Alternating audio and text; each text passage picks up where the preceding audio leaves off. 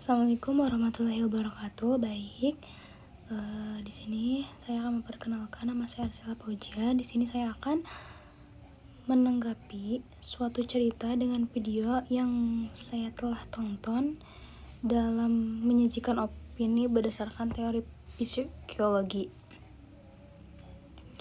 Baik, yang pertama yaitu pemilihan berita. Nah, dalam pemilihan berita ini termasuk tentang peningkatan kasus kecemasan di kalangan remaja yang berhubungan dengan menggunakan media sosial. Nah, di sini saya akan langsung beberapa opini-opini yang ada di berita yang saya telah tonton, yaitu yang opini pertama, peningkatan kecemasan pada remaja. Yaitu peningkatan kecemasan pada remaja sangat terkait dengan penggunaan media sosial yang berlebihan yang seringkali memperburuk perasaan rendah diri dan kecemasan mereka. Yaitu termasuk dalam teori social comparison, yaitu Festinger menyatakan bahwa individu cenderung membandingkan diri mereka dengan orang lain. Di media sosial, di mana orang cenderung memamerkan hanya sisi positif mereka, remaja sering merasa bahwa kehidupan mereka kurang memadai yang meningkat perasaan kecemasannya. Baik, opini yang kedua yaitu peran media sosial dalam pembentukan identitas. Remaja juga cenderung mencari validasi diri melalui like, komentar, dan pengikut di media sosial. Hal ini bisa mempengaruhi perkembangan identitas mereka. Nah, teorinya termasuk yaitu teori Erik Erikson tentang identity behavioral confusion, menjelaskan bahwa masa remaja adalah periode krisis identitas di mana individu mencari siapa mereka sebenarnya. Media sosial juga dapat tekanan untuk tampil sempurna bisa memperburuk kebingungan identitas ini. Baik, opini ketiga yaitu peran keluarga dalam mengurangi dampak negatif. Keluarga harus berperan lebih aktif dalam membimbing anak-anak mereka agar bisa memanfaatkan media sosial secara positif dan tidak mudah terpengaruh oleh dampaknya terhadap kesehatan mental. Nah, itu teorinya bisa disebut attachment, yaitu Bowlby menyatakan bahwa hubungan emosional yang aman dengan orang tua membantu individu mengembangkan ketahanan mental, yaitu keterlibatan orang tua dalam kehidupan digital anak-anak dapat menjadi perlindung terhadap stres dan kecemasan yang ditimbulkan oleh media sosial. Baik, opini yang keempat yaitu pentingnya pendidikan mental dan keterampilan coping.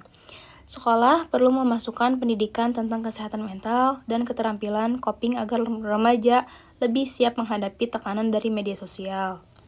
Nah, teorinya itu termasuk cognitive behavior therapy, yaitu disebut CBT. Menunjukkan bahwa cara seseorang memandang masalah dan stres dapat mempengaruhi respon emosional mereka.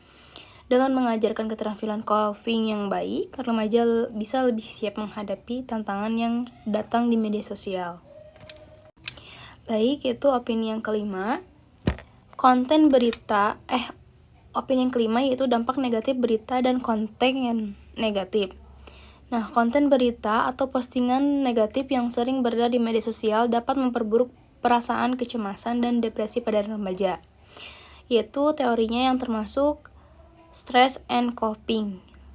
Lazarus and Folkman mengungkapkan bahwa paparan terhadap stresor seperti berita negatif dapat memperburuk respon emosional, terutama pada individu yang belum mengembangkan mekanisme coping yang efektif, terutama pada remaja yang lebih rentan terhadap stres.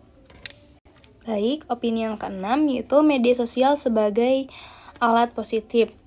Meskipun ada dampak negatif, media sosial juga bisa digunakan sebagai alat untuk dukungan sosial, berbagi pengalaman, dan membantu remaja merasa lebih terhubung. Nah, teorinya itu disebut teori social support, yang bisa juga ditujukan bahwa dukungan sosial sangat penting dalam mengurangi dampak stres dan meningkatkan kesejahteraan psikologis. Dalam konteks ini juga media sosial dapat menjadi platform yang mendukung bagi remaja yang merasa terisolasi. Nah,